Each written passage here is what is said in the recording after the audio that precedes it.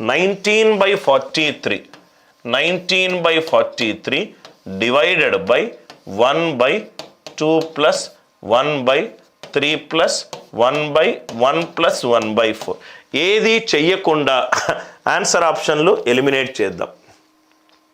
అసలు ఏది క్వశ్చన్ చేయకుండా ఆన్సర్ ఆప్షన్లు ఎలిమినేట్ చేద్దాం. నవ్వు ఇక్కడ చూడండి సార్, రైట్.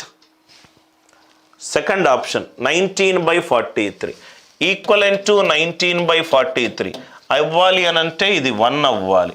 ఇది 1 ఎలా అవుతుంది సార్? ఇది లెస్ దాన్ 1/2, ఇది లెస్ దాన్ 0.5, అంతే కదా సార్? ఇది లెస్ దాన్ 0.5, ఇది లెస్ దాన్ 0.5. ఈక్వలెంట్ టు ఇది 19/43 అవ్వాలి అని అంటే ఈ వాల్యూ 1 అవ్వాలి, కానీ ఈ వాల్యూ లెస్ దాన్ 0.5 అయ్యే ఛాన్స్ లేదు. దాని తర్వాత 43/19 43/19 అంటే ఇది గ్రేటర్ దాన్ 1, ఇది గ్రేటర్ దాన్ 2. గ్రేటర్ దాన్ 2 ఎలా అవుతుంది సార్? ఈ ఫ్రాక్షన్కి మళ్ళీ కొంత వాల్యూ డివైడ్ చేస్తున్నాను. ఈ భిన్నానికి లవము హారములో ఉన్న వాల్యూకి కొంతది డివైడ్ చేస్తే 2/3కి డివైడ్ చేస్తే 1/2 తోటి వాల్యూ ఏమవుతుంది సార్? తగ్గుతుంది. ఆన్సర్ రైట్ 43/19 అయ్యే ఛాన్సే లేదు. ఏది చెయ్యకుండా లాజికల్గా నేను 43/19 తప్పు అనుకుంటున్నాను. ఎందుకు తప్పని అనుకుంటున్నానంటే ఇదేమో ఇది 3/4 సార్, దీనికి నేను ఒక భిన్నంతో డివైడ్ చేస్తున్నాను, వాల్యూ ఏమవుతుంది? తగ్గుతుంది. 43/19 పెరుగుతుంది. అంటే క్వశ్చన్ చూడకుండానే క్యాల్కులేషన్ ఏది చేయకుండా నాకు బి పోయింది, సి పోయింది. ఈ వాల్యూ ఎలా కనుక్కోవాలి? ఆల్రెడీ చూసాం. 1 and 4 1 2 3 3 ప్లస్లు ఉన్నాయి, 3 ప్లస్లు ఉన్నాయి, రైట్. సో కాబట్టి ప్లస్కు ముందు ఇక్కడ 3 ఉంది, ప్లస్కు ముందు ఇక్కడ 2 ఉంది. 1 + 4 5 5 3s are 15 + 4 19 19 2s are 38 + 5 43. కింద వాల్యూ ఎంత? 43/19. కింద వాల్యూ ఏమవుతుంది చూడండి సార్, రైట్. సో ఇక్కడ 19 2s are 38 + 14. నౌ ఇక్కడ మీకు వాల్యూ గనక చూసినట్టు అవుతే ఇక్కడ నేను రాస్తున్నాను. ఇక్కడ వరకు అందరికీ అర్థమైంది కదా సార్, రైట్. ఇక్కడ నాకు లెస్ దాన్ 1/2, ఇక్కడ ఏమొచ్చింది చూడండి 1 and 4 ముందు ప్లస్ పెట్టుకున్నా, దాని తర్వాత మళ్ళీ ప్లస్ పెట్టుకున్నాను, దాని తర్వాత ప్లస్, ఇది ఇంటూ 3, ఇది ఇంటూ 2, ఇది ఇంటూ 2. సో కాబట్టి ఇది ఏమైపోయింది? 43/19 వచ్చింది. 19/43 డివైడెడ్ బై 1/43/19 అంటే 119/43 ఇంటూ 19/43. ఆన్సర్ ఎంత? 1. ఆన్సర్ ఎంత? 1. అందరికీ లాజిక్ క్లియర్ అయిందా? క్వశ్చన్ చూడంగానే కొన్ని ఆన్సర్ ఆప్షన్స్ ఈజీగా ఎగిరిపోతాయి సార్. క్వశ్చన్ లాజిక్ అర్థం కాగానే ఈ మొత్తం వాల్యూని లెస్ దాన్ 0.5 తోటి డివైడ్ చేస్తున్నా, రైట్. దీన్ని ఇంకా ఫర్దర్గా డివైడ్ చేస్తున్నాను. ఆన్సర్ గ్రేటర్ దాన్ 1 వచ్చే ఛాన్సే లేదు. 19/43 రావాలంటే ఇది మొత్తం 1 ఉండాలి, 1 అయ్యే ఛాన్స్ లేదు. ఇది లెస్ దాన్ 0.5. క్వశ్చన్ చూడంగానే బి అండ్ సి ఎగిరిపోయింది. మామూలు వాల్యూ చేస్తే నాకు ఆన్సర్ 1 వచ్చింది. ఐ హోప్ మీకు లాజిక్ క్లియర్గా అర్థమైంది అనుకుంటా.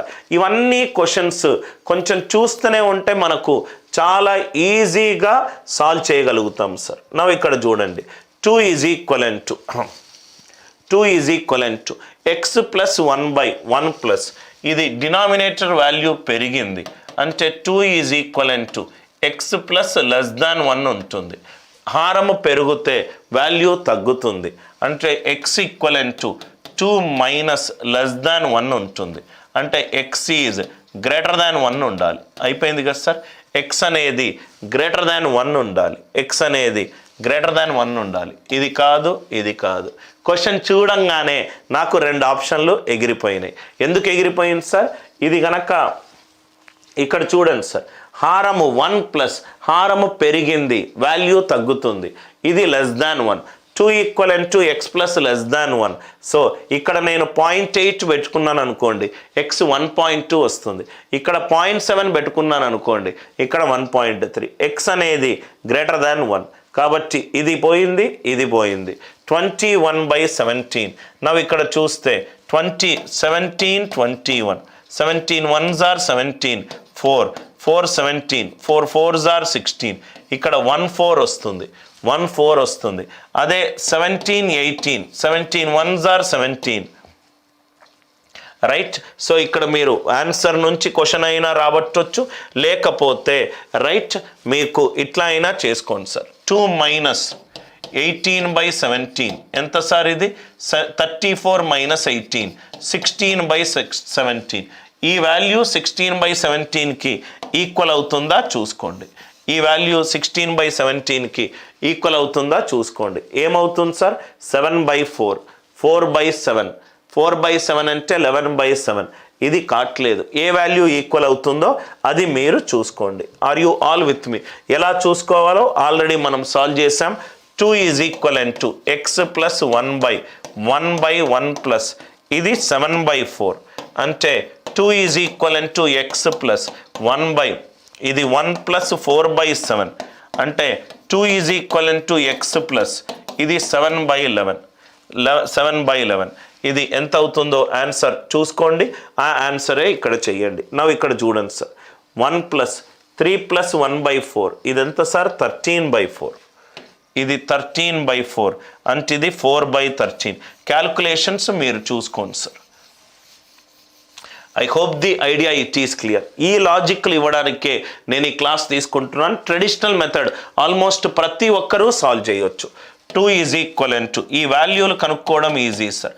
x plus 1/1 plus 1/4 13/4.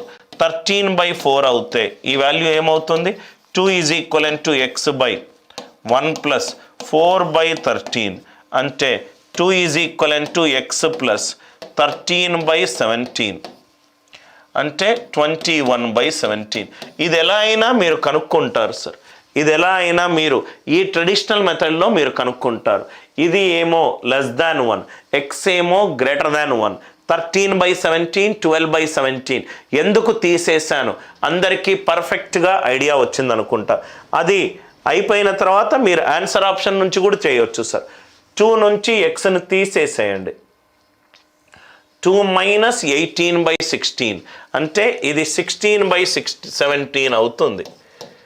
16 17తో డివైడ్ చేస్తే 16 1 16 రైట్. ఇది శేషము, మిగిలింది 1. ఇది 16. 1 16s are 16. నాకు అవ్వట్లేదు. 21/17 ఈజీగా నాకు ఆన్సర్ వస్తుంది. So I hope the idea it is very much clear to you.